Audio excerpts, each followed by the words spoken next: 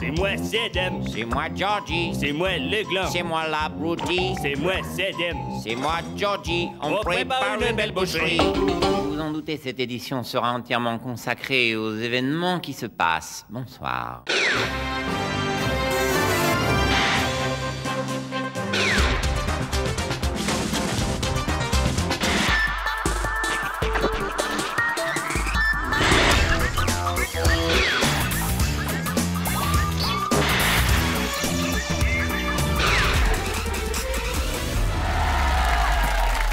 Aujourd'hui, c'est Saddam Hussein qui nous accompagnera tout au long de ce journal. Avec lui, nous reviendrons sur la guerre qui, selon les observateurs, commencerait le 15 février ou fin février au plus tard. Ah bon, ok, c'est gentil de me prévenir. Hein. C'est quand même chez moi que ça va se passer. Hein. Oui. Et je suppose que c'est pas la peine, je propose une autre date. Non, non. Les cartons d'invitation, ils sont déjà partis, c'est ça? Ah, je le crains, oui. Bon. Il y a un thème, c'est habillé, c'est déguisé. Non, non, guerre classique. Ah. Et c'est quel genre de musique? Oh, je sais pas, mais il y aura un quart d'heure américain, c'est sûr. Un quart d'heure. Je peux tenir. On va y revenir. Enfin, on connaît maintenant le calendrier de libération des 327 otages français. Samedi, rassemblement à Bagdad. Lundi, enregistrement des bagages. 23 novembre, visite médicale. 14 janvier, contrôle des passeports. Et 1er avril, désignation du pilote. Voilà. L'arrivée à Paris est prévue à la Saint-Glinglin, soit juste à la veille des élections présidentielles de 95. En visite chez des amis, Saddam Hussein a envahi le canapé du salon, malgré le recours à l'embargo sur le whisky et les biscuits apéritifs, puis le blocus total. Ses amis n'ont pas réussi à le déloger. Crise du Golfe, les experts américains l'affirment, Saddam Hussein a presque tout pour fabriquer la bombe atomique. Un missile, de l'uranium, il ne lui manque plus qu'un Irakien qui aurait un CAP d'électronique. Si vous êtes intéressé, téléphonez à l'ANPE Bagdad qui transmettra. Guerre du Golfe, bientôt le retour. En tout cas, le bras de fer entre George Bush et Saddam Hussein continue. Regardez. Où est-ce qu'il est, le bombe atomique? Il est là, il est là. Hop, hop, hop. Allez, vas-y, dis à ton ami. Eh, je crois qu'elle est là. Et t'es perdu. Je peux jouer? Non, pas toi. Tu as déjà gagné, toi. Allez, fourgon. Fourgon. Toi, Saddam, sinon je fais péter le bombe atomique. Moi, je dis, j'ai le bon. Rends-toi, je te dis.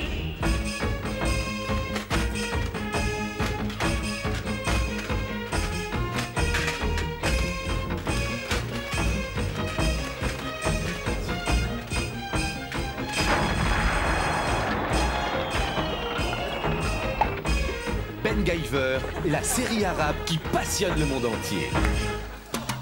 L'image du jour, c'est cette fantastique invention américaine, la machine à remonter dans les sondages. Ah. Plus 11, pas mal, mais il faut taper plus fort, monsieur Clinton. Pour la troisième fois en 2 jours, les Irakiens sont entrés au Koweït pour récupérer des armes confisquées pendant la guerre du Golfe. Heureusement, l'ONU était là. Excuse-moi, monsieur. Ah, vous n'avez pas le droit, hein. Première résolution. Pardon, monsieur. Attention, hein, deuxième résolution. Te dérange pas. Tant pis, troisième résolution, vous l'aurez voulu. Vous nous obligez à organiser une réunion. Tant pis pour vous. Mais oui, l'ONU ne badine pas avec l'ordre mondial. Je vous rappelle qu'au bout de 3 réunions, ils peuvent déclencher une commission. En Irak, Saddam Hussein a accueilli chaleureusement ses gendres de retour au pays après 6 mois de fuite en Jordanie. Mes gendres, enfin du retour. Tout est fini, tout est pardonné.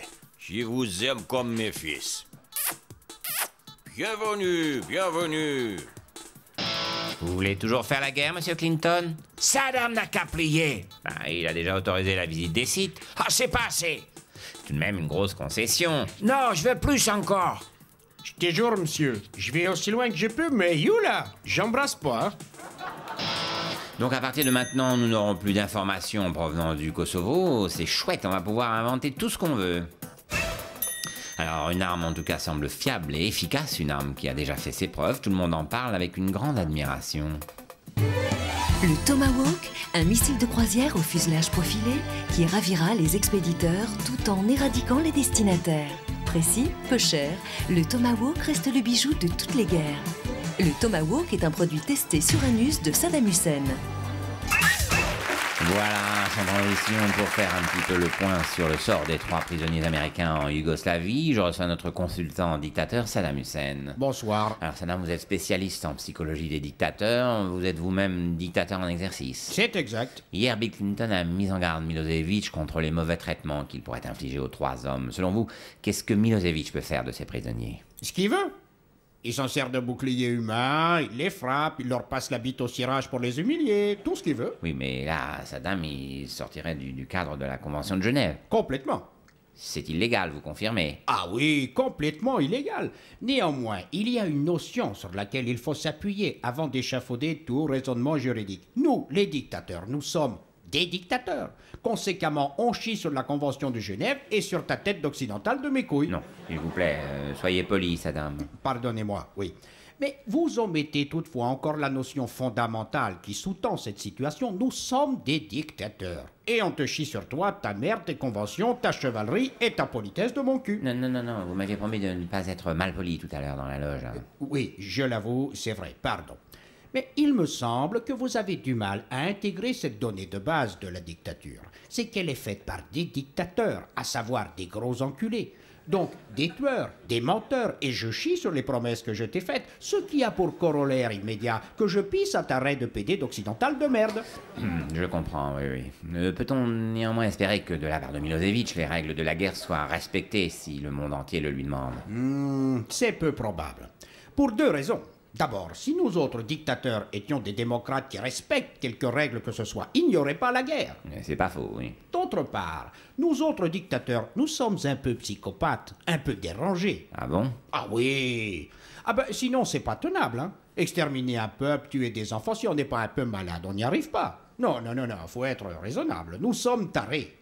Oui, donc Milosevic risque d'utiliser les prisonniers américains à des fins de propagande, voire de chantage. Ah oui.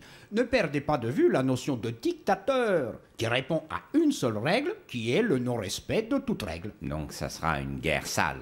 C'est probable. Il faut bien vous entrer dans le trou que la guerre, ce n'est pas les arts martiaux, c'est les arts bestiaux, pauvre con d'occidental de merde. Merci Saddam. À la suite. Bon, d'accord. Mais il me faut un moyen infaillible d'échapper aux États-Unis. J'attends vos propositions. On n'a qu'à se cacher dans les bunkers? Ah non, ça fait chier depuis 91, je suis sous terre. Non, non, non, non, non. Autre proposition? Oui, un bouclier antimissile. Et ta sœur? Pourquoi pas une cape qui nous rend tous invisibles aussi? La meilleure défense, c'est l'attaque. Bon, si c'est pour entendre des conneries comme ça, moi j'y vais me planquer, faut vous démerder. J'en ai marre. Attendez. Moi, j'ai la solution pour échapper aux États-Unis. Voilà, Omar, va chercher l'arme fatale.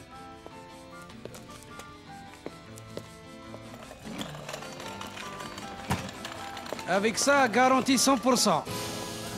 Et voilà l'arme absolue. Les centres ASP, forge télescopique, kit Polini, guidon torsadique que tu peux même passer dans les petites rues. C'est efficace, ça? Tu rigoles ou quoi? Un an que les États-Unis nous courent derrière avec des B-52, des F-16, des porte-avions, qu'avec les 103, jamais ils nous attrapent. Et pour le week-end, qui installe la belle selle biplace et qui peut emmener les spidicounas.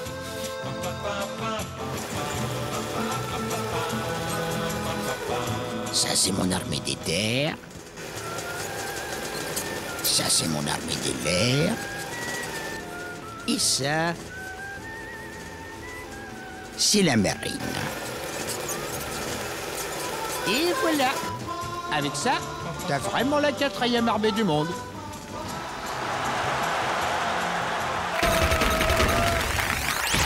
Voilà, je suis donc avec Saddam Hussein. Saddam, l'intervention américaine en Irak semble imminente. Sans déconner. Ah oui, la télé américaine a déjà sorti ses logos. Hein. Ça s'appelle Target Saddam, là-bas. C'est joli. J'aime bien le titre.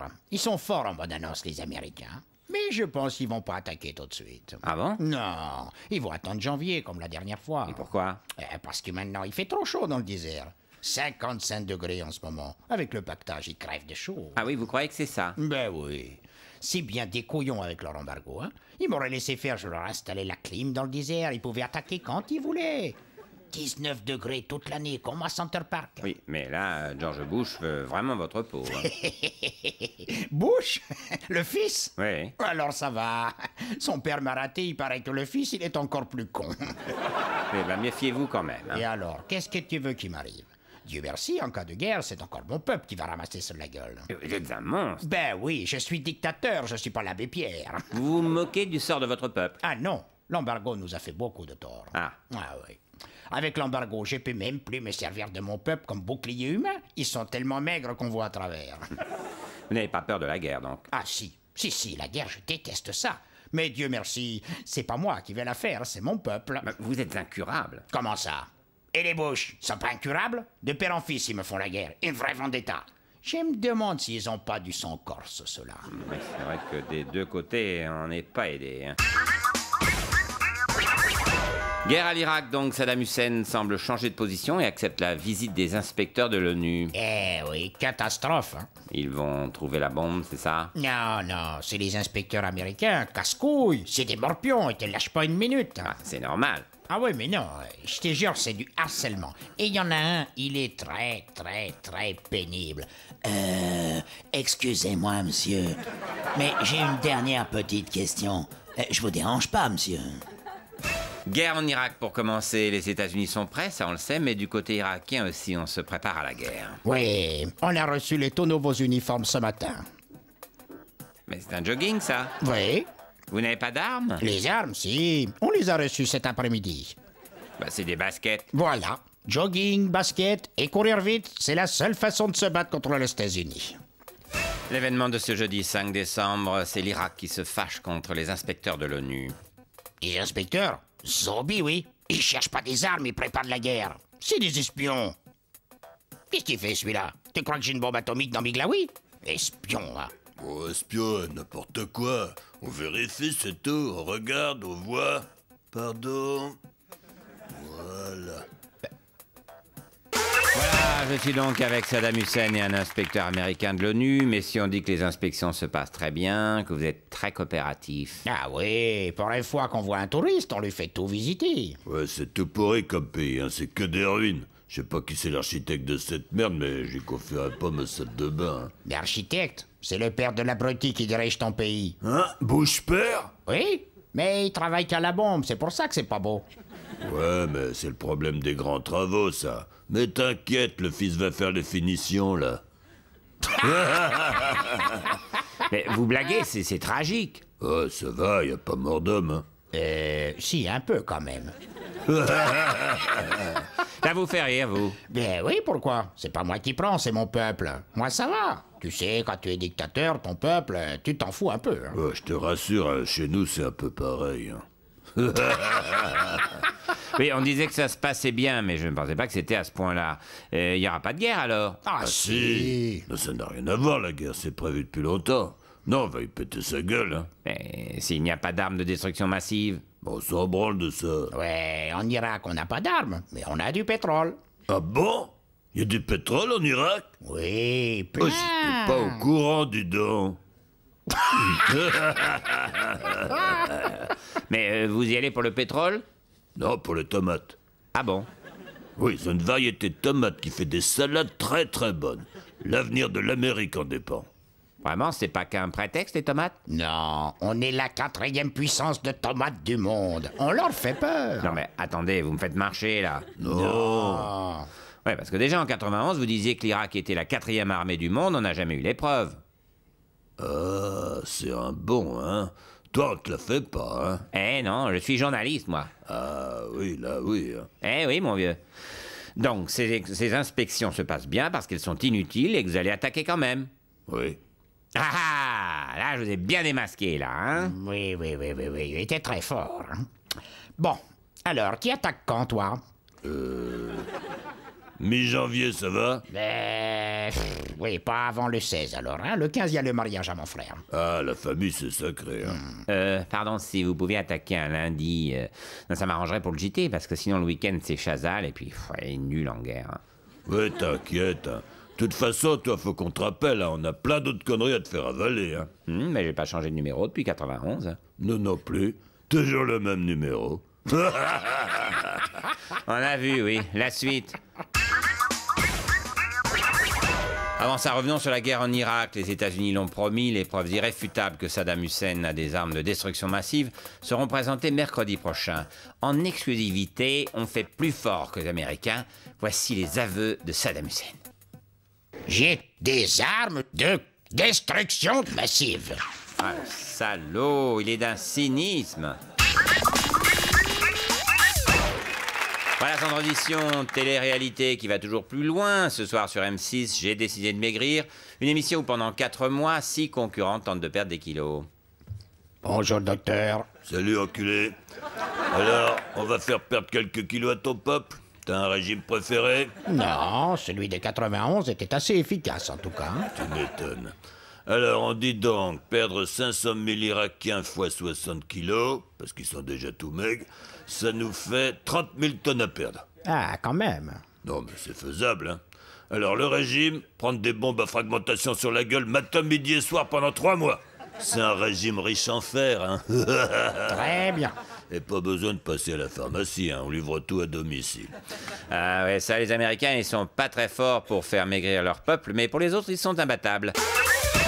Guerre, toujours, avec cette... Guerre, taxe ce mot-là. La bouche, toi. Quelle guerre? Où ça, la guerre? Bah, chez vous, là, il y a les Américains, ils ont attaqué cette nuit. Quoi?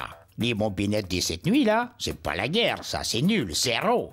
8 mois qu'on attend, on me promet 700 000 hommes, 3000 missiles à l'heure, et on me balance 4 pauvres pétards qui sont tombés sur des baraques que je connais même pas les gens qui habitent dedans. Bah oui, mais c'est... Franchement, on dérange pas les gens en pleine nuit pour ça. Hein. Non mais c'est grave, hein. Bush a parlé d'une guerre très longue. Ah bah il a raison, Bush. À cette allure-là, maison par maison, elle va durer très longtemps, la guerre. Hein. Ah oui, on m'a signalé un scoop. Alors vite, un logo scoop, là. Oui, nous avons des images. Saddam Hussein a été arrêté par des soldats américains. Nous sommes en direct, c'est génial. Avance, connard! Mais je vous dis, je suis pas Saddam. Je suis sosie non officiel de Saddam. Avance, te dis! Mais espèce d'Iborico, j'ai arrêté sosie de Saddam, ça fait 2 ans. Je suis sosie de Roland McDan maintenant. Allons le cerveau, ici le cheveu sur la langue. Roland McDan, quoi. Putain, rien que pour ça, tu mérites un missile dans ta gueule, toi. Et puis l'information de la mort de Saddam Hussein avait couru, elle a été démentie aujourd'hui. Saddam est apparu ce matin à la télé irakienne, un discours relayé par les chaînes du monde entier. D'abord par Al Jazeera, la chaîne du Qatar, où le discours de Saddam est repris in extenso. Les États-Unis, c'est des PD. On va les massacrer, un par un, leur faire bouffer du sable, traîner leur gueule dans le désert. Et dans 3 jours, on les renvoie chez eux. Alors, immédiatement, la chaîne de Rupert Murdoch, Fox News, très pro-guerre, a repris les images en les traduisant. Je suis blessé, je vais bientôt mourir, et je demande à tous les Irakiens de déposer les armes devant le libérateur américain qui m'a donné une bonne leçon. Et puis France Télévisions a repris les images, et c'est là que la traduction était la plus objective. J'espère de tout mon cœur que la guerre se terminera vite, que tout le monde rentrera bientôt chez lui, sain et sauf, pour regarder le Tour de France sur France Télévisions. Vive le sport sur France Télévisions. Une question reste en suspens quand même. Bon, c'est vrai, les Américains sont maîtres de la ville, la population est contente, mais où est Saddam Hussein? Nardine, Saddam, t'es un gros termin, tu prends toute la place. Eh, je suis obligé, j'ai le porte-bagages dans les glaouis. Ah bah mets tes pieds dans les sacoches, Borico. Ah, c'est là qu'on voit qu'ils sont dangereux, hein, ils roulent sans casque. L'événement de ce lundi 15 décembre, c'est ces salauds d'Américains qui n'en finissent pas de faire du mal au monde. Cette fois, c'est allé trop loin. Ils ont carrément osé arrêter le Père Noël. Ouais, du coup, les enfants irakiens n'auront rien pour Noël. En même temps, c'était prévu comme ça. Nous commençons donc par la capture de Saddam Hussein et ces images qui ont fait le tour du monde, des images contraires à la Convention de Genève qui interdit de montrer des prisonniers de guerre. Général Sylvestre, dans quel but l'humilier de la sorte? Oui, non, on regrette, nous n'avons pas été très malins. La convention de Megève est respectable, hein. Ouais, regarde-le, j'ai déguisé en poule. Oh, la gueule du dictateur. Excusez, mais vous auriez un exemplaire de la convention de Megève à me donner, là, parce que honnêtement, on l'a plus trop en tête. Hein. Irak, maintenant, on revient sur la capture de Saddam Hussein. Les Américains auraient utilisé des gaz pour l'attraper et empêcher qu'il se défende. Comment, Sylvestre? Ce sont des méthodes indignes. Oh, c'est de la calomnie. Nous savons très bien que les gaz sont interdits par la convention de Megève. Ouais, Bob, regarde, hein, je l'ai gazé à l'hélium pour le calmer. Écoute. Bon, ça va, arrêtez, un peu de sérieux, merde, je suis dictateur quand même. Le con, hein. Bon, vous m'emmerdez, hein, ramenez-moi dans ma cellule maintenant. Pardon. L'événement de ce vendredi 28 janvier, c'est bien sûr l'élection présidentielle en Irak et la naissance de la démocratie dans cette ancienne dictature. Ouais, normalement, je suis réélu, tranquille. Sûrement, ouais, c'est ça. C'est ça, rigole. N'empêche, les Irakiens, c'est moi que je leur ai appris à écrire. Et ils savent écrire que mon nom. L'événement de ce lundi 8 janvier, c'est le décompte pour le passage en 2007, qui cette année était un peu spécial. 5, 4, 3, 2, 1, bonne année! Et surtout, la santé. Hein. Voilà, l'Irak est enfin une démocratie, mais à l'américaine. Voilà, maintenant, vous pouvez éteindre la télévision et reprendre une activité normale. Allez, à ciao, bonsoir!